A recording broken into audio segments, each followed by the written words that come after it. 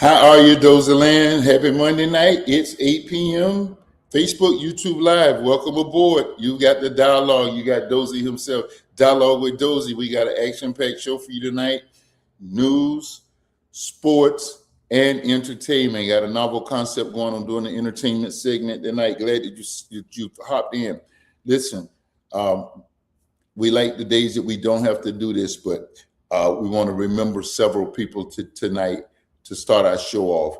And we start off by remembering Lindsey Graham.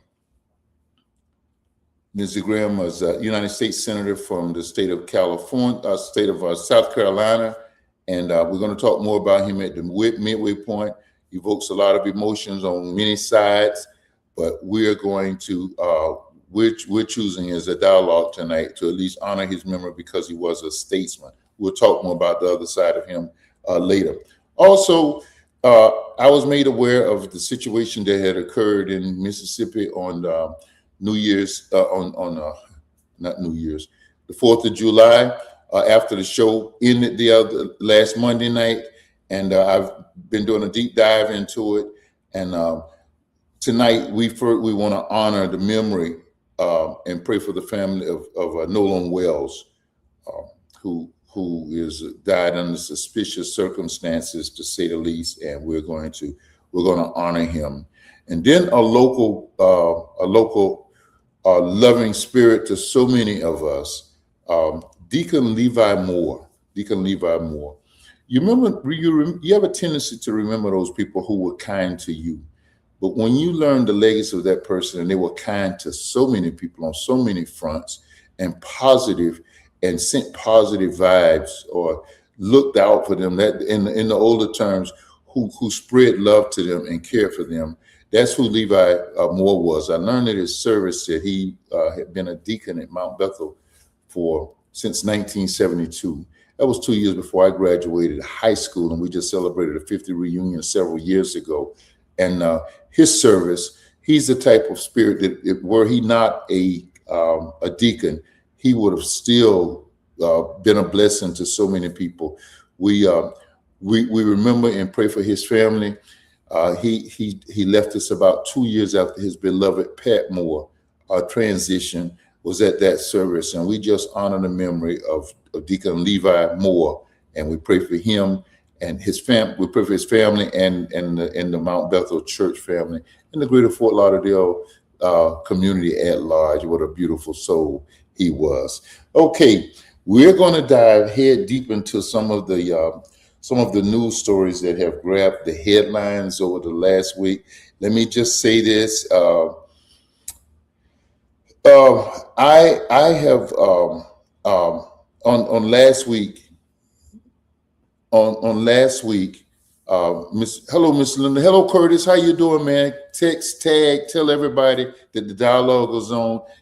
Commit to us tonight. We're doing entertainment, we're doing sports, and we're doing news. I'm not going to do a whole half an hour segment on news tonight.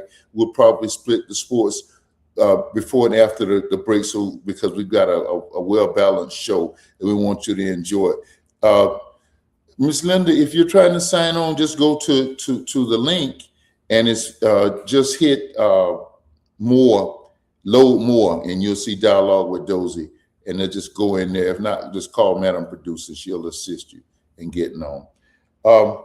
So we kick off the night show with what at this point we won't call it a murder, even though many of you all know that's what it's tantamount to.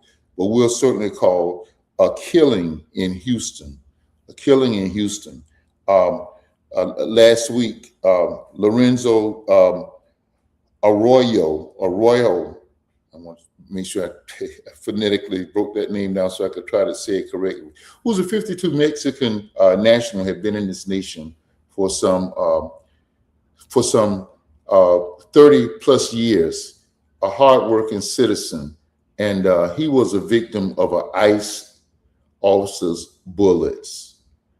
We have a video, and then we'll come back and talk about it on the other side.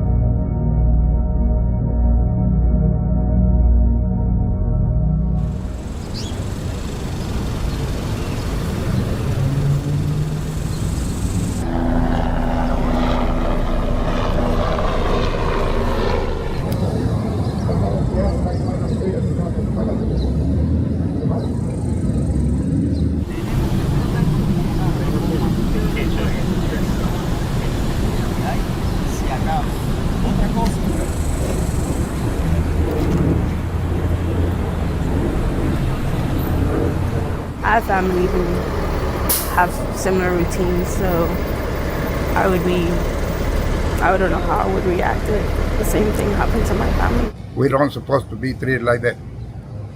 Even if it's people that's right here that they call illegal. We humans. We supposed to be treated like humans.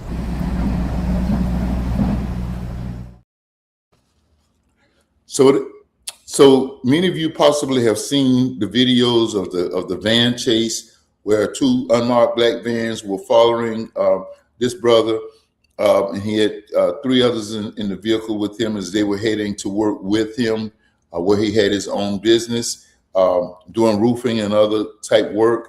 And I chose not to show those videos. I wanted, and then there were other videos that have been released from some of the other onlookers, and more videos are being released. And some people have videos, and they're afraid to show them because they're afraid of the government backlash, and so they're sharing them with Houston minority state representatives and local representatives in the city of Houston PD. As police department, I have an affinity for. I went out there and accepted a job, and where I was working in Daytona, they made me. They basically give me a lateral promotion, and I ended up staying. One of the things I learned in my forays out to Harris County was that there's a significant Hispanic community there, peaceful. And in fact, the reason that I was brought into to apply for the position out there in the early 70s, the late 70s rather, and accepted the position in the early 80s, is because Houston police, a local law enforcement had forced a Hispanic brother to swim across the barrio, and their family sued the Houston PD. And part of the settlement with the Justice Department, that was when Justice Departments did work on behalf of people, and they were not weaponized by the current administration. They were, to change the culture, they had to hire, I think it was 2, maybe 5,000 officers from the outside to come in. And fortunately, I was one of those. The first time I was there, I was hired, and I went back and took the job while I was there. The job was offered to me in Central Florida. And then a couple of years later, I went back out there again and was definitely hired this time. But I said that to say this: I got a good sense of the makeup. I live in a community now. I live in South Florida with a high Hispanic population here. Population here is more Cuban, and Puerto Rican is from Orlando down. Out there was strictly Mexican. And one of the things about ICE is they discriminate within ethnic groups. They discriminate within ethnic groups. Here, and we're really praying and thanking God for all of these stays that they're giving to the TPS, even though weeks at a time, we'll take them, because we are afraid down here that once the backlash starts by ICE for Haitian individuals, they're going to attack anybody whose skin is dark complected. And so that's how Mr. Arroyo became a victim. He, as it turns out, was not the quote unquote immigrant that they were looking for. Nonetheless, they engaged him and shot and killed him. I had one graphic video that depicted right after the shooting, and they kind of bubbled him out, but you still saw him there bleeding. And it was a horrific scene. And one of the things that's happening is that the people that were in the van and gave a very different story to what the government said at first. It's the same playbook they used in Minnesota when they killed both of those American citizens. They had a narrative that said that those individuals that used their vehicles to weaponize their vehicles to attack them. None of the video evidence showed that. In this case, again, people are kind of holding on to evidence and getting it into the right hands so it does not come up missing, or that they don't become targeted by the federal government. This is 3 times now in less than 6 months that ICE is responsible for taking somebody's life. When this administration took over, they said they were going to get the worst. There were so many people that had been dumped in this country, gang members, murderers, drug dealers, all of those. The last we checked of those that they even have in custody, not even 10% of those people have any kind of record. I don't mean to say those people, not even 10% of those, the people that they have arrested of ethnic backgrounds, particularly Hispanic, have any kind of record.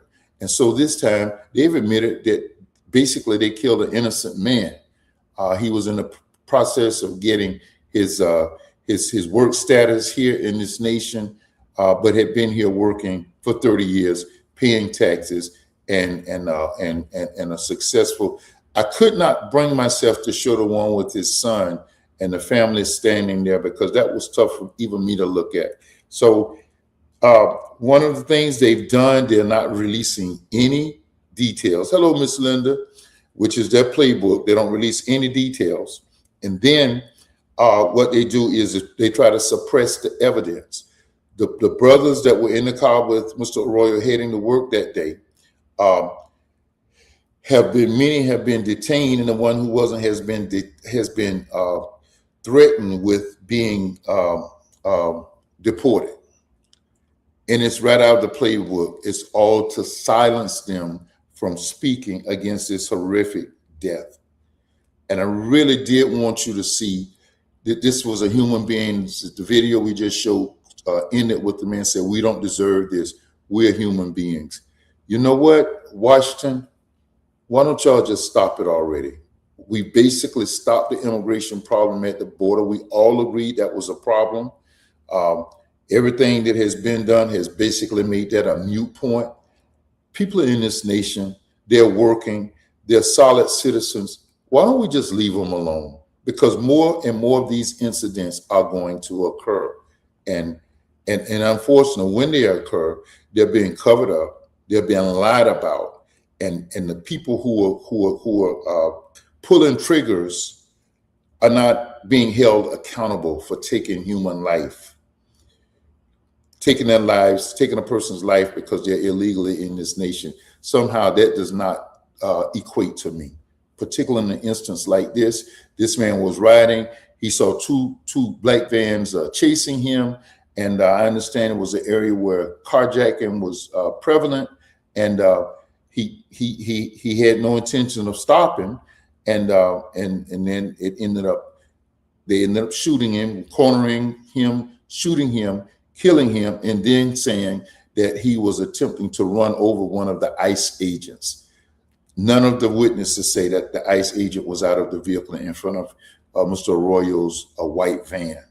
Why don't we stop it already? We've had a silence of it after the Minnesota debacle. We've had a little peace. I'm praying that we have continued this peace down here. I'm praying that this guy in Tallahassee has enough juice with Washington to continue to hold them back, knowing that our Haitian brothers and sisters make up a large part of our workforce in the medical community down here. They make up a large part of in the transportation industry and the airport industry. And just like the moratorium that they have used against the Hispanics, because the Cubans who vote prominently for this administration, so they have not had to know ICE coming in here and just abusing them. We're asking that this and praying that this does not happen to our Haitian brothers and sisters if the TPS eventually gets wiped out. So we want to remember this brother Lorenzo Arroyo and his family and keep them near and dear to our prayers. And just we applaud the Houston elected officials. That city has taken over the investigation. Of course, the federal governments, they're not going to give any evidence, but they're building their own case to prove his innocence. And hopefully somebody will sue the government and will bring those officers, maybe those local administration, local municipalities will bring the ICE agent who pulled this trigger. We probably don't even know which one did it. The feds won't even release that. But hopefully that person will be brought to justice. And this killing of our citizens and people who help make this country run, this will stop. Okay, so I'm kind of on a soapbox because I'm just really furious with what's going on. Secondly, Miss Linda, who is with us tonight, and hopefully she'll be able to come on at some point, called me last week right after we ended the show and asked me about Nolan Wells. I hadn't heard of him, hadn't heard of the tragedy involving him at that time, and I started then noticing more and more, and then purposely seeking that, and then NAN, the National Action Network, headed by Reverend Al Sharpton and Attorney Ben Crump, got involved. And when they got involved, they brought the parents to New York and interviewed them. And now I know we're going to get some answers. And here's the story, the backstory. Apparently, Nolan, on I think the 4th of July or that weekend at least, accompanied some of his white friends on what was a boating trip. Please correct me if I'm wrong. On a boating outing, and then the white fellas came. The white young men came back. Nolan was not a part of it. He was deemed as missing. One of them had taken his keys and his cell phone and left them on the other side of the island where they had gone on the boating trip. And then a couple of days later, he turns up mysteriously dead. And so Mississippi officials are now investigating. One of the boys, we understand, who was on that is the son of a prominent judge. So again, we're watching this case, that whatever happens, evidence is not suppressed. And if there's any measure of foul play, the culprits will be indeed brought to justice. Now, this incident has brought a lot of conversation in our communities, and I'm on the threshold of 70, and a lot of people in our community are saying we don't let our kids do overnighters. We don't allow our kids to go on dangerous trips like that. And I've had to kind of step in and take another side to it. And I guess from working in high school athletics, I know that this is a different day. And a lot of these kids are oblivious to the struggle that many in our age group or my generation experienced in the late 50s and the 60s on into the 70s. Those things that the Civil Rights Law and the Voting Rights Act of 1964, 1965 kind of helped to wipe out, and the election of a black president and the re-election in 2008, 2012 kind of got us where we kind of became comfortable about some of these things. And so I just want to make sure that we don't put this family on a guilt trip because they allowed their son to participate in what should have been an innocent day of fun. Everybody else who went on that trip returned. It's highly unlikely that he just capsized off, he just fell off the boat or something like this. So this was strange circumstances. It's looked at as a suspicious incident. Thank God for our celebrities who have stepped up. Colin Kaepernick is financing a second autopsy. He's financing an independent autopsy to be sure that nothing is missing. The state's autopsy, and Tyler Perry is paying for the funeral, and Byron Nelson and other celebrities have stepped in, and with this attention and Reverend Al Sharpton and Attorney Ben Crump, their involvement, that we would at least get to the end of this story. And again, I'm asking our community to back off of this family, stop accusing them of being too lax for allowing their son to go on a trip like this. These are new days. These kids don't know the struggle. They just know, hey, we know each other. We have a relationship with each other. We play ball. We eat together. We go out together. We do things together. And this was just another level of that. So we don't want to keep putting that on these parents in this instance. They've got enough grief to deal with. Also, what this brings to bear is that there have been many young black men and girls that have been reported missing all over the South.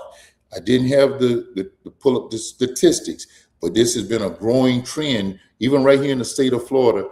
And when they turn up, they're found in a backwoods somewhere hanging from a tree. So I think it is time for us to put on the caution, to put on our cautionary lens, and to travel together. And we don't want our ladies traveling at night by themselves and this kind of things. Our young ladies or our young men, if you can be together and have a group with you, because so I didn't want to talk a whole lot about the administration, but we know that they have awakened the sleeping giant of racism, and it's back in the forefront. And as we saw demonstrated on the 4th of July, through the intimidation tactics, those were some of the tactics of the Ku Klux Klan that we remember. We don't want to put anybody's lives in jeopardy. In Maine, and I'm going to mention this because I want to tie it into the 2024 election. In Maine, Graham Plattner was a senatorial candidate, U.S. senator in that state, and he was ahead of Susan Collins, who is an independent. However, she caucuses a lot with Republicans, or she caucuses with Democrats, but she votes a lot with Republicans, and she has almost voted with this administration on all of the craziness, the big ugly bill, Supreme Court nominations. She's voted with them on all of these crucial issues. And Maine, the Democratic Party thought that they had come up with a candidate who was ready to remove her from office. And he had baggage, and it caught my attention. Anything that has any measure of prejudice gets my attention right off the bat, particularly during these seasons when racist people and prejudiced people against other groups feel emboldened. He had a Nazi tattoo on his shoulder, and that is often associated with white supremacists. And he had it taken off. He said, while one night as a service person, I think he was a Marine, he had that put on him and he didn't know it. And there were all kind of character things that were brought up about him. And because he was polling so strongly against Susan Collins, the party went along with him. Well, last week, as you know, two ladies came forward, and one of them was with a very compelling case that he had sexually assaulted her. He backed out of the race in a very defiant fashion, pointing at the National Democratic Party in D.C. and at the local party. And ultimately, he dropped out. So now Maine, unlike when President Biden bowed out at a short, because the Maine Democratic Party has to come up with a candidate by next Monday, I think is the deadline.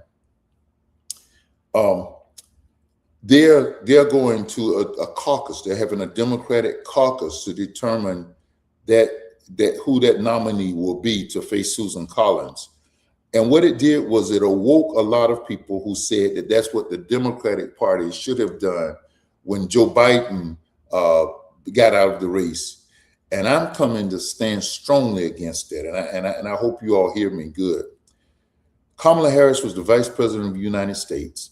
Joe Biden said, if you want me to back out of the race, you're going to accept the person whom would have succeeded me had I not been able to carry on my duty, or had, unfortunately, if I had passed while in office. And with all of the hoopla and all of the everything that's surrounding her, there's no reason that she did not win that election. You can't put it on that process. We admire Maine for their process, pivoting on maybe something they should have done earlier. They should not have maybe thrown so much support behind this very flawed candidate. But I'm very raw about them kind of trying to tie that in and saying that's what the Democratic Party should have done nationally when Joe Biden got out of the race. Kamala Harris was a very formidable candidate. She became vice president because she was a presidential candidate, and President Biden defeated her, but he saw enough in her, and she did nothing to prove that she could not carry the office of presidency. So that's where we are with some of this stuff. Let's go to break, and I want to talk a little bit more about Lindsey Graham during the break, and we'll be right back with you.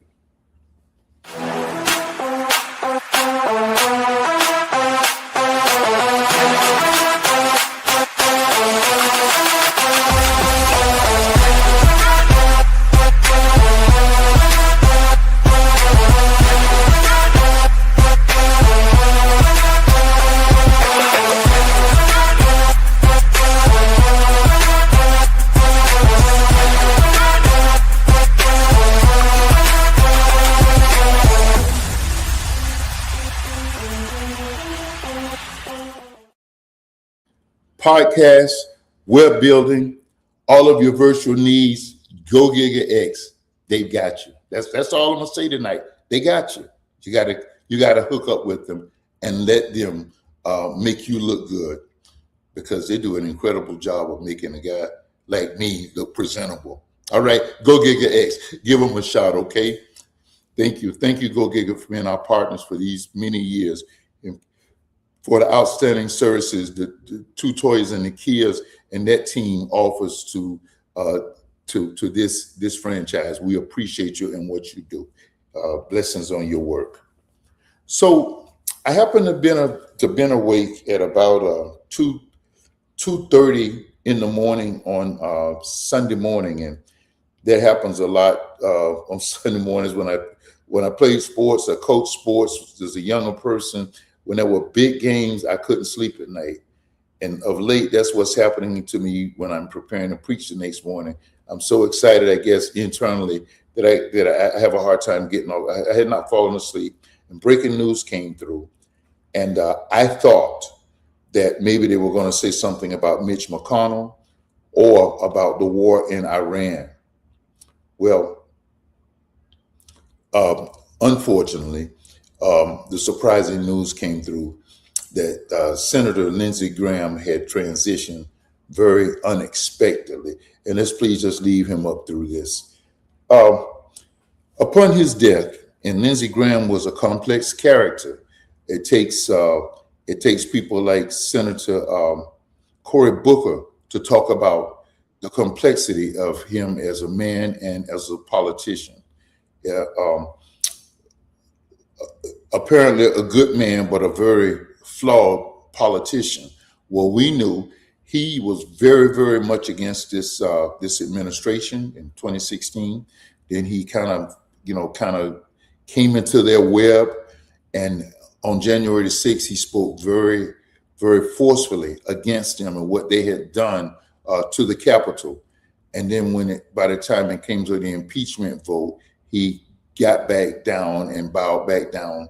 Let's just say he bowed back down to the throne. And during this whole debacle of a presidency, he has supported the president. The only thing where he is quietly differing with him was the Russian-Ukrainian war. There have been a lot of people as they woke up, because this was in the middle of the night, as they woke up in the morning and saw what happened, very eloquently spoke out against Lindsey Graham and said to us in many ways, we cannot deitize somebody for all of the hurt, the harm that they've done to people just because they have now died. I have looked at, some of the writing has been so eloquent that I've held on to it because it's been so powerfully presented.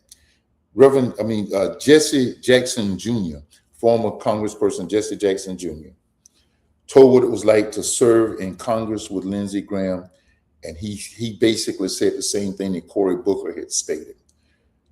But he spoke about when his dad died, how Lindsey Graham tried his very best to get Mike Johnson, who is another lackey of this administration, but who happens to be the third most powerful person by constitution in this republic, as the House, the Speaker of the House. He tried hard to get him to convince him to allow Reverend Jesse Jackson's remains to lie in repose in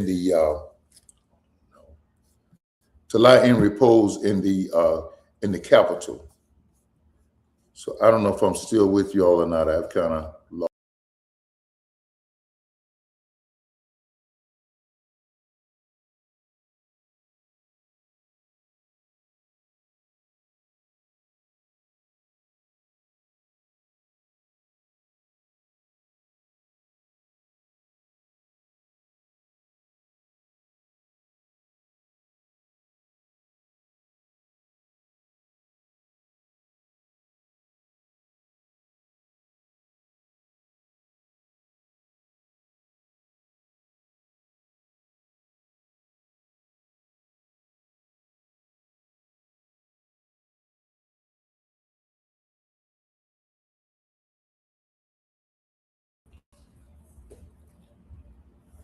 Okay, am I back, Madam Producer?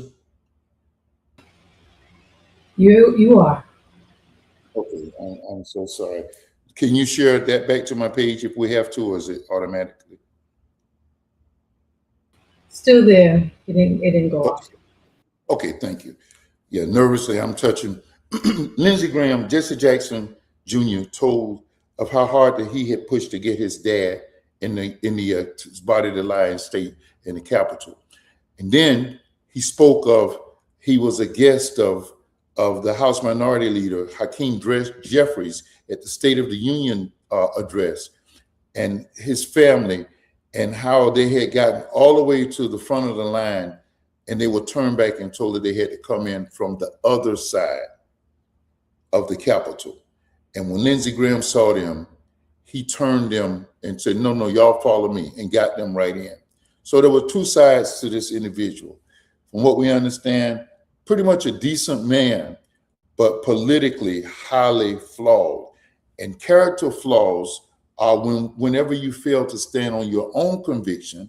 And apparently Lindsey, on many occasions, stood against Trump, but then, gosh, I didn't mean to call his name, but then backed down. So so I've seen on social media, I've seen both sides.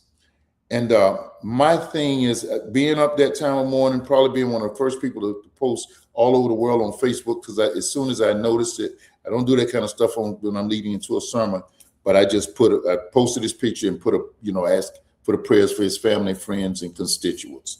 But after seeing some tough things, one of our local state senators here spoke, without calling his name, spoke pretty powerfully against him. I came across a post, and I want to read it. I can read it in 30 seconds. And it's by a gentleman named Ramirez Hakeem. And he said these words, and I just want to leave this with you all. You make your own determination how to feel about this. But I think when a person dies, that's kind of a time if we can't say anything good about them, just say rest in peace or something like this. And this is what this says. It says, we are a society in decay, not because we disagree ferociously on issues, not because politics is an incredibly messy sport, but because we reached a point where some people actually celebrate when another human being dies. Charlie Kirk was murdered and people cheered. Bob Rayner was killed and people celebrated. The moral failure isn't owned by one group. It's been adopted by all sides of the aisle. It's been adopted by all sides of the aisle. Now, let her in, please. Now, Senator Lindsey Graham has passed away, and social media is once again filled with people making jokes, celebrating, and acting as though the death of another person is some kind of a political victory. What have we become? We don't have to admire someone. You don't have to vote for them. You don't have to agree with a single position they ever took.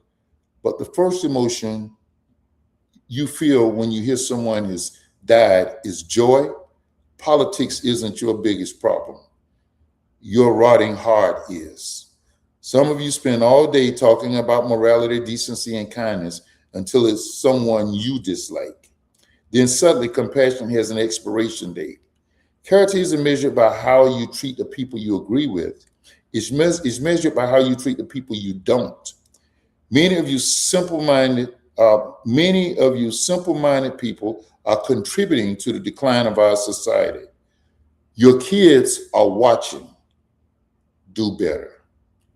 I thought that was a pretty prolific piece that was authored by Ramirez Hakeem, and I just want to leave that. I just want to leave that there with us, and that certainly could have been stated during Charlie Kirk's death also.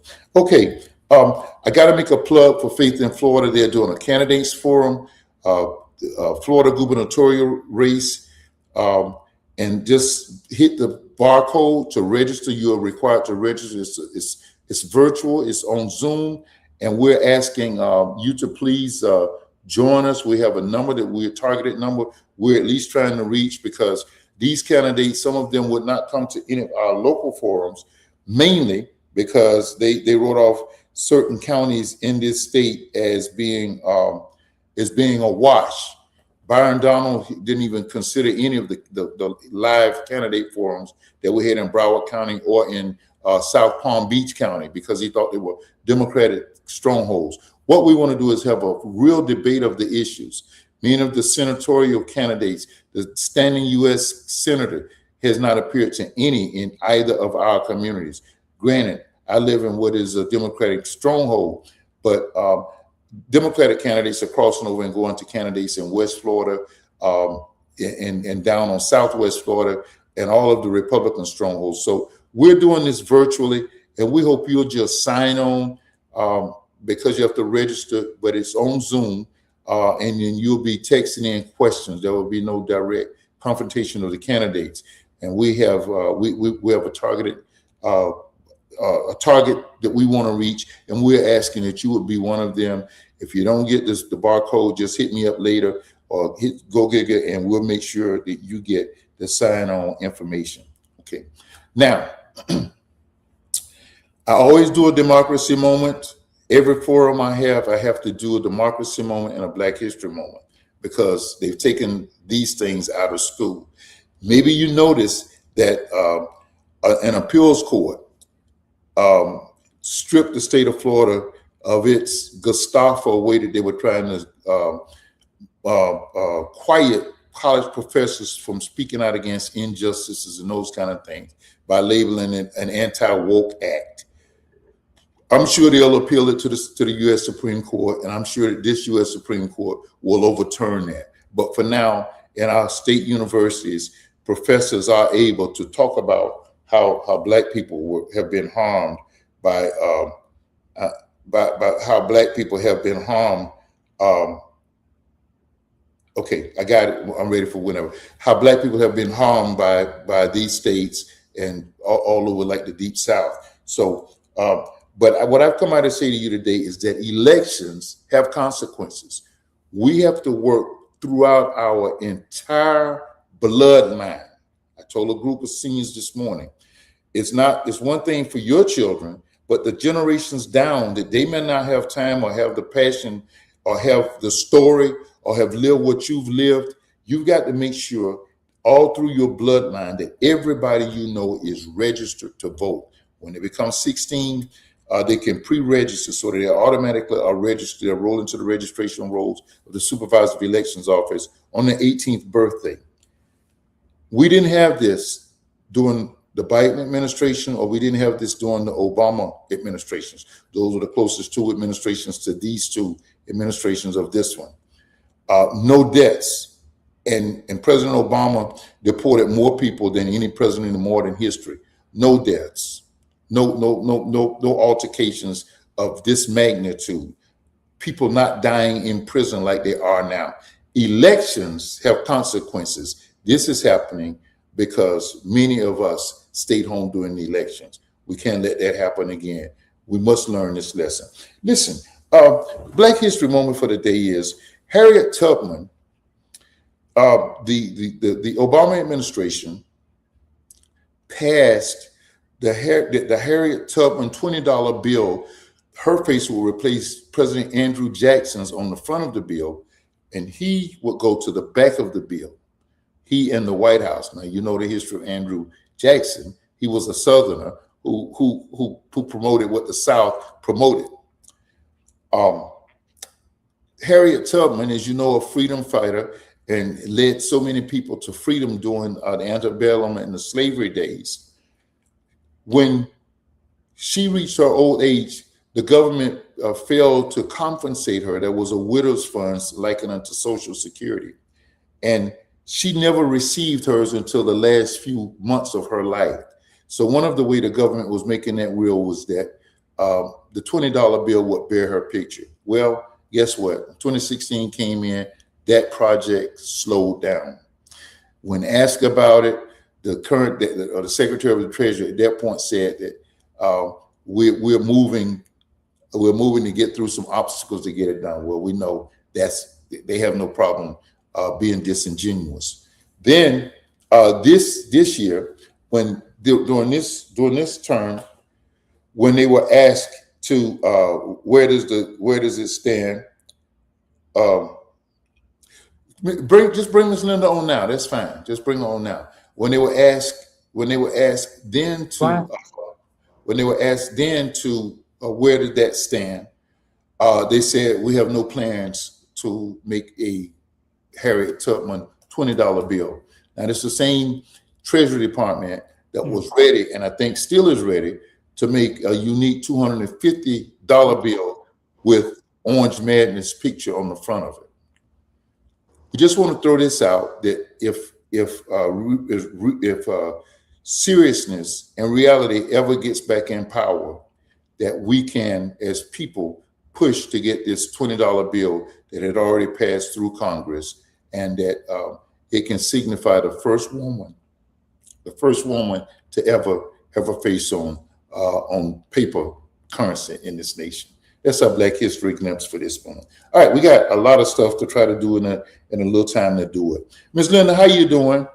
I'm good. How are you? I'm good. How are you? I'm good. I'm sorry we missed you doing that news segment, but we're gonna press on the sports, and man, we got a lot of stuff to talk about. Then I'm gonna talk about some other issues here. Wow, we're really cutting it close. So we'll just make some cuts as we go. Let's talk about the best landing spot for LeBron James. The teams that we understand that are in serious contention for his services are the Cleveland Cavaliers, the Miami Heat, the Philadelphia 76ers, the Golden State Warriors, and on the outside, the Minnesota Timberwolves. You got an opinion on that, Miss Linda? Yeah, I definitely don't want him to go back to Cleveland. So that's out. I'm kind of leaning toward Miami since my city is out. So yeah, I would lean against Miami or for Miami.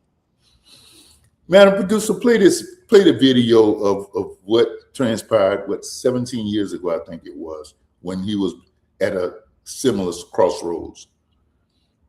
Jawaban untuk pertanyaan yang ingin diketahui semua orang. LeBron, apa keputusanmu? Musim gugur ini, kawan, ini sangat sulit.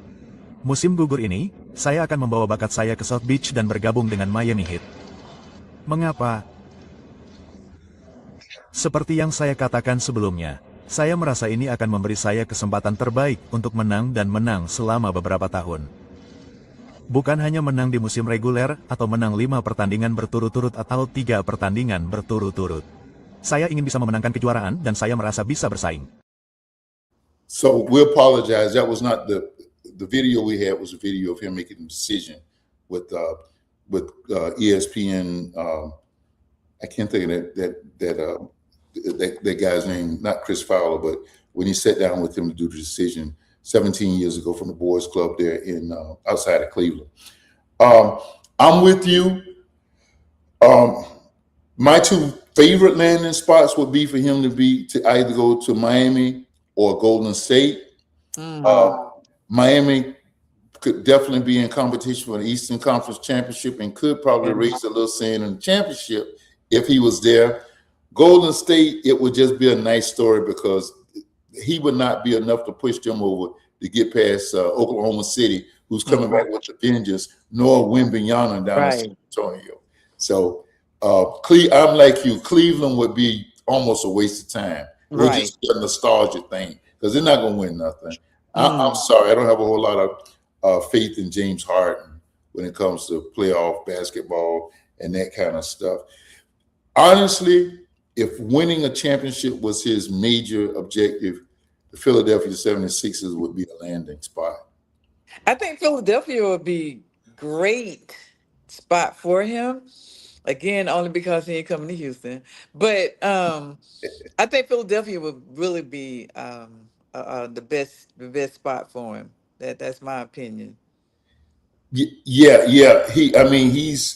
He's with the team that could win right away. People brought up, they say, well, it took a year of them when he came down here for waiting them to figure out the chemistry. Right. Well, Kawhi Leonard went to Toronto and won his first and only year there. So a good coach can mold them into, when you got talent like Tyrese Maxey and that young boy that they had last year, the rookie, and you got Jaylen Brown now, people are saying, well, who you can't trust? Joel Embiid. Well, Joel Embiid never needs to step on the court. You got enough firepower there to beat people right there. So Right. I agree with you on that. Yeah, it's about the coaching though. It's all about the coaching because it doesn't take 6 years and all that. Your coach is sitting y'all down and saying, "Hey, listen, this is who we have. This is what's going to happen. All of you are equal. I don't care how good you are. If we don't put that in our head, the first 5 I put out there, all y'all equal. Let's go play the ball and let's win." Well, So, I mean, that's just my opinion. Who am I? no. Well, maybe this doesn't give our audience a good segment because you and I are both in agreement on that. But first, I'm trying to borrow some time here. So I'm going to skip over the Kawhi Leonard thing. We'll talk about that and update that on next week. But I did want to talk about the other side of the business of being traded. Well, we got a video with the former Miami Heat players who were traded to Milwaukee for Giannis Antetokounmpo. Let's view that video and then let's update it. Because Milwaukee! What's up, Bucks fans? It's Khalil Ware. Bucks Country, what's going on? It's Hyman Hawkins Jr. Tyler Hero here. Super excited to be back home, representing the city, the state. I'm excited to get there, get the season started, get rolling with you guys, especially with the crew that I rode in with. Super excited to meet all the fans. Super excited to get in my uniform and start playing in front of you guys. I can't wait to get started. I can't wait to touch down in Milwaukee. I'm out here in Vegas right now with the Summer League team. Let's make something happen. Bucks Country, let's ride. Just meeting all the guys, meeting everybody. I'm super ecstatic. Once I get to Milwaukee, I can't wait to meet all you. Go Bucks. Well, that video was recorded just hours before an altercation between Bam Adebayo and Tyler Hero. Were you up on that, Ms. Linda? I wasn't, and then I didn't even hear the video either. So okay, well, those were the Miami Heat players that were traded to the Bucks, and they were all out there in Vegas for the Summer League, and they were just basically saying how happy they would be to be in Milwaukee and kind of putting a good foot forward and trying to just keep a good foot forward. Yeah. And I just want to portray the other side of the business. You cannot tell me getting traded from Miami, Florida to Milwaukee, Wisconsin, and I've lived near both. That's got to be the pits. The only place I could think of being traded to worse would be Cleveland, Ohio. Yeah. and I've worked in Milwaukee and the other side of my business a couple of times. I've shot a couple of movies over there too, and it is the pits. Yeah. So why would you try so hard? And I would love to go to Milwaukee for what? For what? I mean, for what? For what? There's other teams. Well, unfortunately, that's where Giannis was. Unfortunately for those fellas, that's where Giannis was, and they were part of the bounty it took to get him. We admire them for putting that good foot forward, but I would imagine that the first opportunity they get to get out of there, They out. out of there. Yeah. With that little package of players, they can be somewhat much more competitive than they were last year with Giannis out and all of their talent being shipped out or either injured. But I just like to be competitive somewhere else. But just wanted to show the other side of the business. This is a business. Tyler Hero will later say in the paper that his family will remain in Miami. Of course he will. Who's going to live in Milwaukee where you can live in Miami? right But he and Bam got in an altercation shortly after cutting that because apparently he had been using a burner phone to clap back on the organization for choosing Bam over him, because the organization said we're not trading Bam under any circumstances, but Tyler Hero is available, and so while out there for the summer league, Bam approached him, and I guess he must have said something sick out the mouth, and Bam just popped him, and you probably won't see Tyler Hero on TV for a couple of days because his face is messed up. Is really messed up. So that's unfortunate that had to happen. But we have to understand that these are human beings. We see them play and marvel at their talent, but they're human beings nonetheless. I want to thank Go Giga for extending us 10 minutes to finish this program out tonight. Let's look at this video, and there's a lot of discussion with this, but we'll breeze to that. To be honest, it's weird. It's weird. You play on the team with a guy for 9 years who I was fortunate enough to go to the finals of twice and win a championship and push each other to be the players that we are today. Not just different team, that team. Yeah, I ain't even say your name yet. But it's tough. You just kind of feel like you're going to be on the team with somebody because that's all you know. And then it's just like one day you find out that, they're no longer on your team anymore. Push each other to be the players that we are today. Not just different team, that team. So not that team. So Miss Linda, you familiar with the Tatum, the Jaylen Brown trade? Yeah, Todd and Midnight try to keep me up with that stuff, but I was trying to look at it on the other so I can be up with you, but not really. So I'm gonna keep my mouth closed so I won't have to punch my grandson and You'll relate to this. Let me just give just a short backstory to this. Tatum and Brown were a duo that Boston had.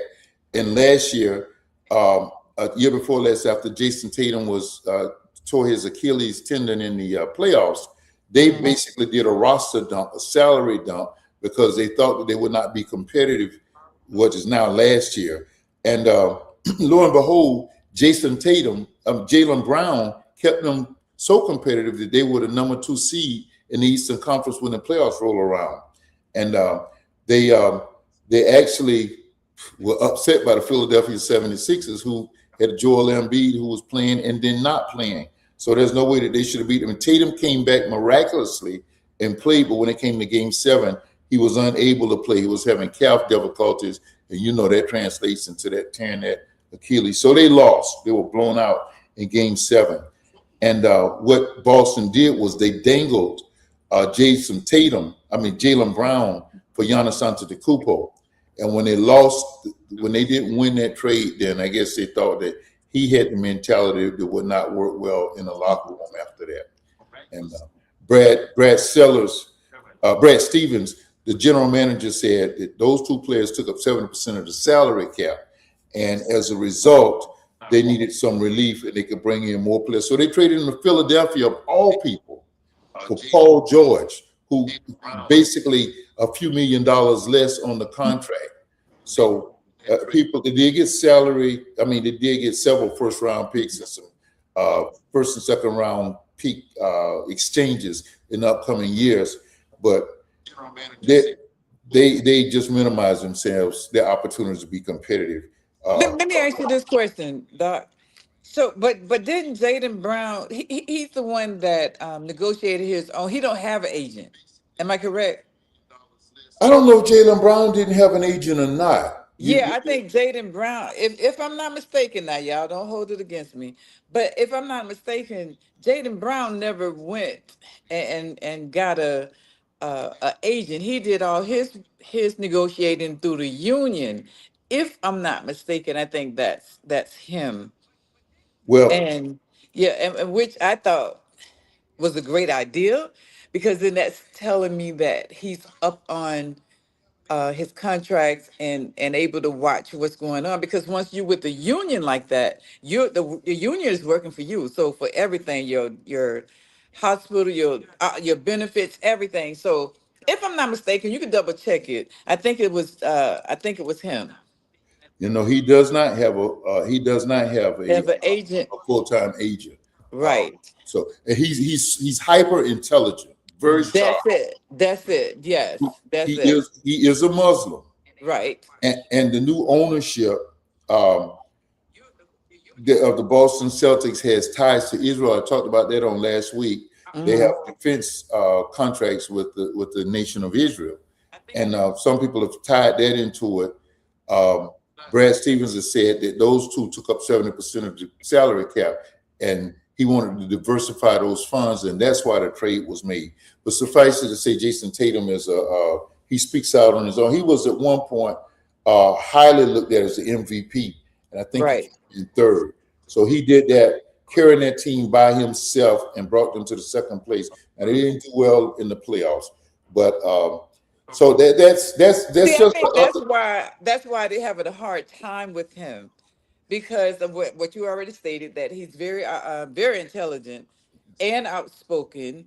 And so why are you giving the agent all this money where you can go ahead and go with the union and let them, because they're working for you, and let them do whatever needs to be done like right away. So I think that's a little bit, that's what I learned about Jaden Brown.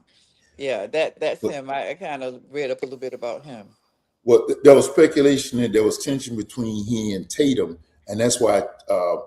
And because Tatum was quiet during that whole process when Jaylen Brown was being sharp first for Giannis, and then after the Heat won out the Giannis sweepstakes, then they continued to shop him around and gave them to their number one competition. And Hmm. so it just demonstrated their desire to just offload him. So that was the first thing that people had heard from Jason Tatum, kind of trying to dispel the union, trying to dispel the rumor that there was in fact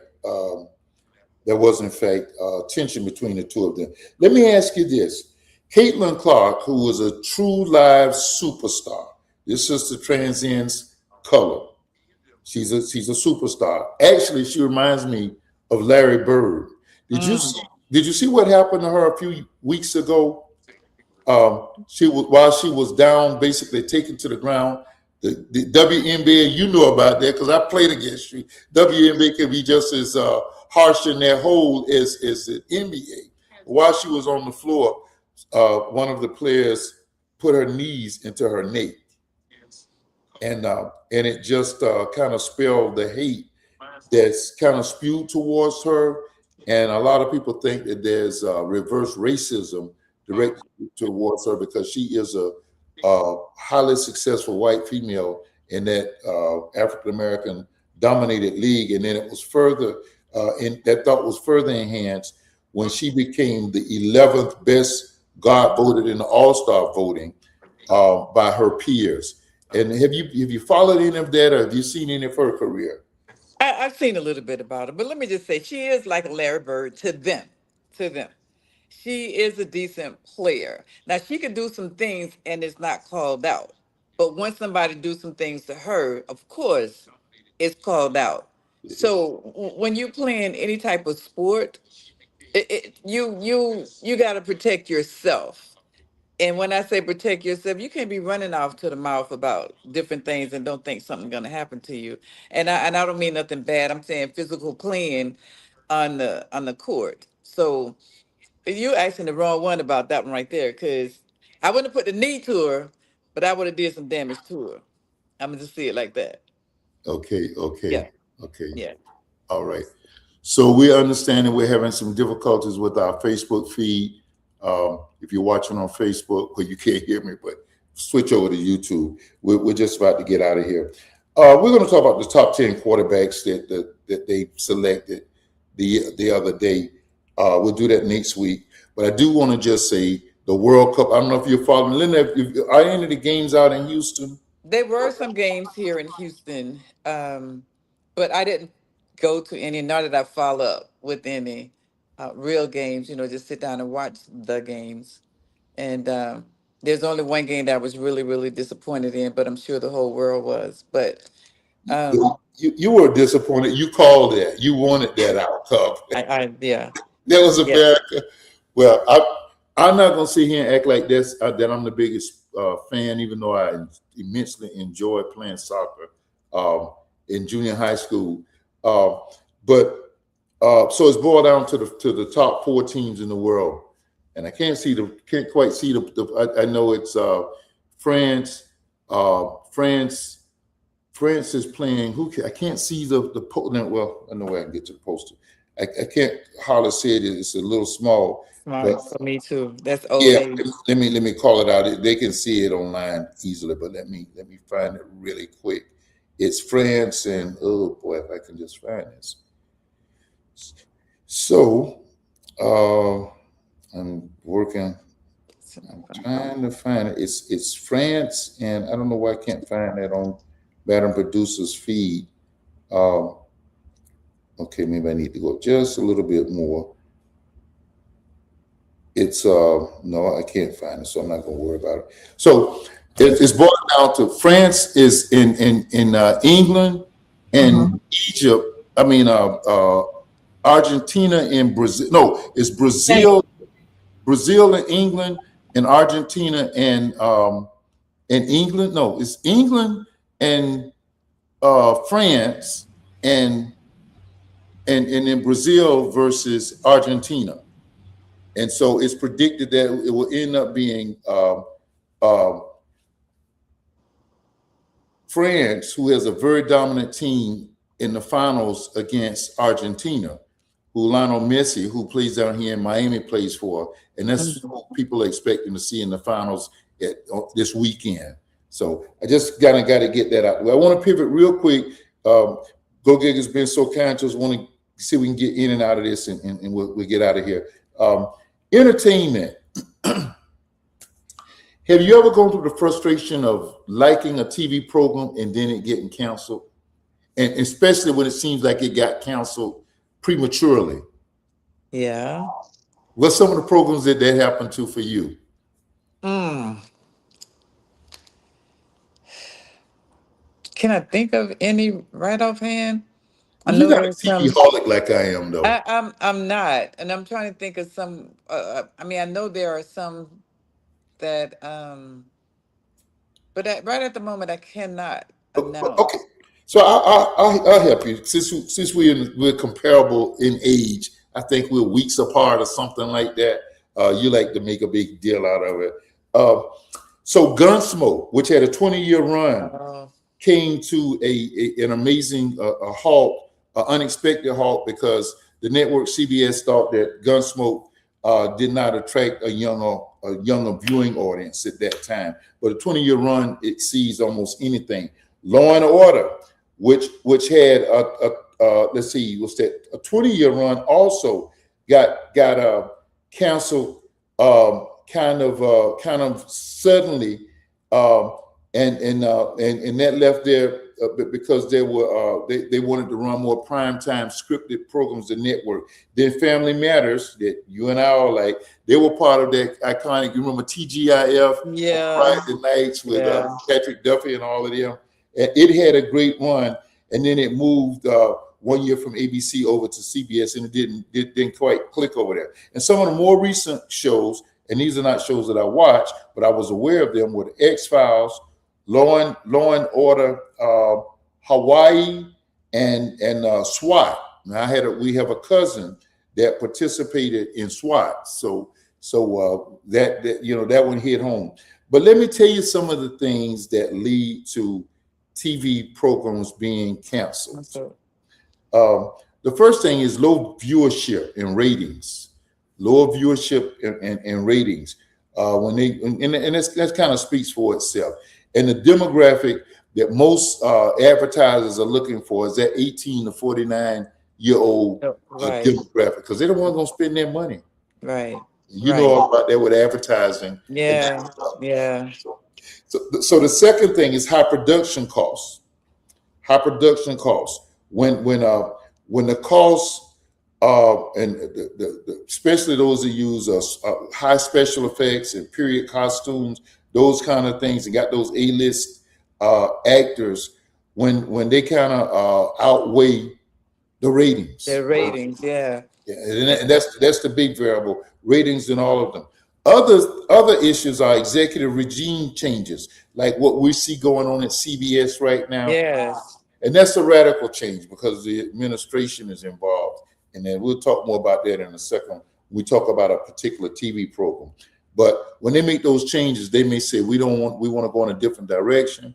This is a show that's not compatible with our ideology or something like that.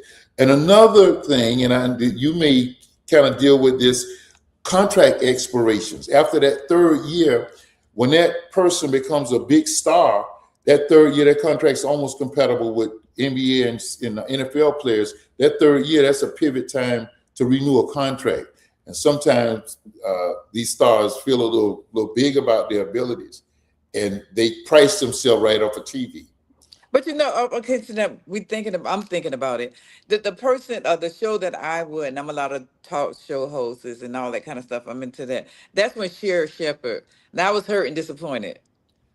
And I don't know why, because Sherry, from what I know, I haven't researched it specifically, she carried her ratings pretty well, I thought. And that's why I was disappointed that they let her go just like that. And I know it has to be something in the contracts and, all those people back there doing whatever they doing. It wasn't about her show because she had the views. So that was a big disappointment for me. I'm gonna give you what I think may have attributed to her being, when we talk about another show in just a second. Mm-hmm. The last factor is controversy, when actors become controversial or with each other. Yeah. Yeah, so we saw that happen with one of the shows. They just snatched the plug. Yeah, they say it's not worth rehabbing. Some of the programs that I looked at a lot of lists, and I said, wait a minute, I don't know these shows, but let me look at some of the shows that I knew and I liked and that will pull. The first one was All American Homecoming. And as I speak of All American Homecoming, All American is making its last season debut. I think it's a 2-hour special on right now. I see my recorder recording it. But All American Homecoming was a spinoff and was very innovative. You can see one of the characters was a little different, but it created a super storyline. And they were told that they were coming to their last year, and just before the season started, the CW cut it. They said that their budget was too high, and another company was acquiring them, and they had to dump that salary in order to make that acquisition go through. So that was one of mine. Another one was Yellowstone. Did you look at Yellowstone, Ms. Linda? No. Oh, I look at a lot of talk shows. Yeah. All of those, I don't. So some of these were pandemic shows that I normally wouldn't have looked at, and somebody said, you got to check it out, because my wife made my behind stay in this house. I started looking and binging some shows and so forth, and my brother turned me on to Yellowstone, and it turned out a great show. Kevin Costner made a TV show, A Dynasty, and he was in the process. He had this series of kind of like similar time frontier shows called Was it called Frontiers? What was the name of the show? I can't even think of the name. Maybe it was called Frontiers. And the first episode, the first installment of it was horrific. But he had burned his bridges with Taylor Sheridan over at Yellowstone because he was trying to change the shooting schedule. And they ultimately took him off. They killed him off, which he begged them not to. He killed his character off, and it made it the last year. But Yellowstone had 2 spinoffs. Marshalls is doing fair in the ratings, but Dutton Ranch was Kevin Costner's daughter, Beth. And Beth is a female version of J.R. Ewing. Listen, you got to go back and And look at it. look at Yeah, I'm some writing it adult down Rich so I can just to go and see check it her. out. She's awesome. So okay, so the third one was the Equalizer, and that's the one I want to talk to. And I think Sherry Shepherd was under that same ownership group, and it's and it had the Equalizer was highly successful. It brought in the ratings. It also had been approved allegedly for another year, and then when the administration took office, they wanted her out because she was a high supporter of Kamala Harris. So that show was cut. And so the whole thing over at CBS and CNN, the group bought both of those, and you can look for a whole conservative agenda. But as you know, 60 Minutes has been, they've lost their main stars, their producer and their main correspondent, Scott Pelley. And we're going to do a show on that because he did a live interview. So we think the Orange Factor had something to do. Of course. This is yours, so I don't want to say the wrong thing, but yeah, he was anyway. So go ahead. Yeah. No. I just make I don't want to call his name because it just makes me mad. So I just stay away from it. But Empire was a show, and we listed one of the things when they say if somebody is controversial or something, it was limping on its last leg. And it was going to be the last year of that show. And you remember the whole controversy with Jesse Smollett? Yeah. That was why first they took his character off, and then I guess to even though the producer himself is same sex, I guess he felt that it was too much of a backlash from having removed Jesse from the cast that he just cut the whole upcoming season. And I was an avid watcher, but it had kind of run its course because its plots were getting ridiculous. But it had a good 4 or 5 year run. And then the last one is kind of an unknown show. It was It was one of those shows that I was told to look at during the pandemic. In his house, and it was called Imposters, and it was a funny. It was. I don't know if you remember Run Buddy Run back in the day. I'm not as old as you, but Run Buddy Run. Oh my gosh! Here we go. But you know, God, I'm gonna have to at this time now. I could probably sit down a little bit and go back and watch some of these things. I'm not I'm unfortunately I'm an old rerun girl. You know, I like to go to sleep with laughter, so. I didn't catch this. And if I just tell you that I have never seen an episode of Empire, you probably shoot me through. Oh my gosh. Never. Unbelievable. That's unbelievable. Yeah.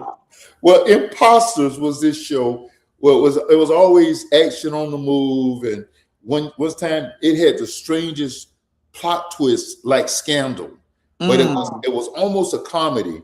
But it always kept you over going, and it ran 2 seasons, and I think it ran its course there. It was on Netflix, I think it was, and they dropped it because they said the second season.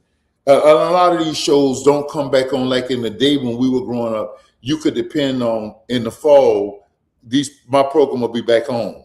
It'll take a summer break, but some of these programs sometimes don't come back on for a whole year and a half or whatever, and so. That's what was I think that's what kind of took Imposters out. Listen, Ms. Lynn, anything you want? I sure appreciate you hopping on with me tonight. And I'm kind of sad that I didn't get on in the very beginning because that's really where my heart was in that segment for you. But speak to it now.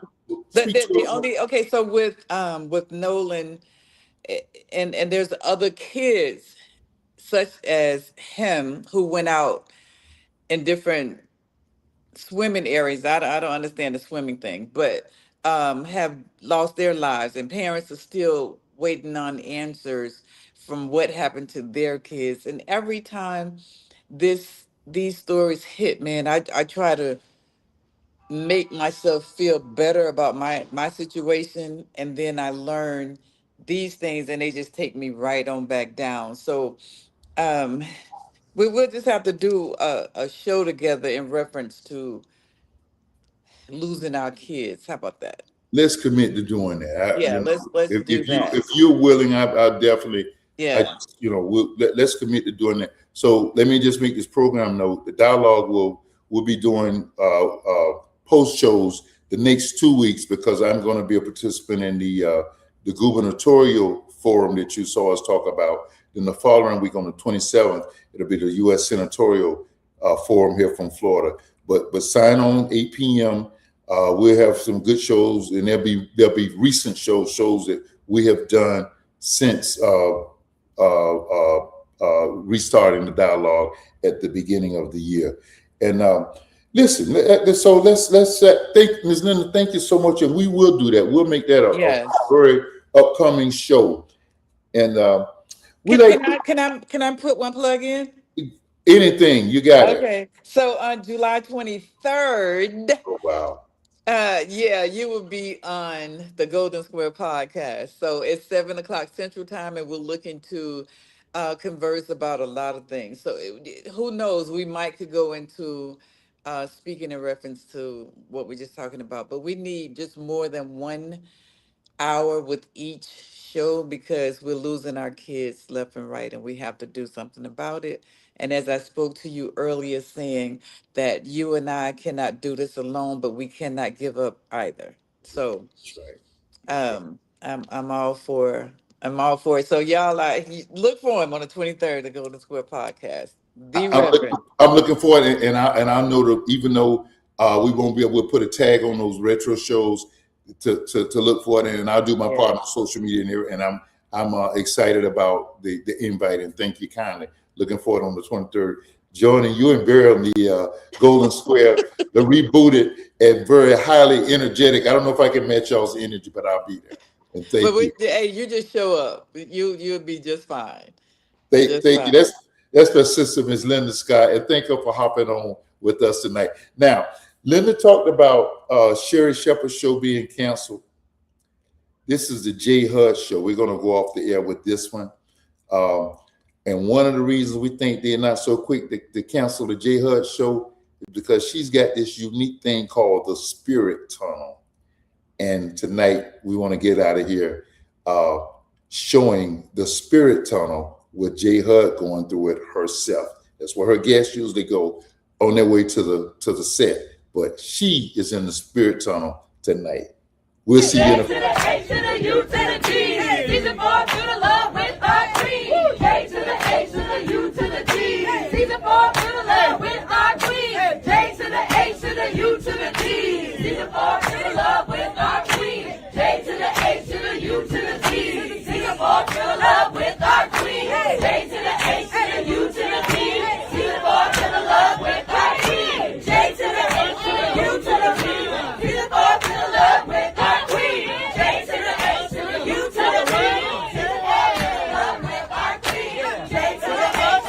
to the G. Season 4 to the love with our queen. But y'all gotta get y'all. Look at them. With our queen. J to the H to the U to the G. Season 4 to the love with our queen. Awesome. Dialogue with Dozie. We love you. We out. Good night.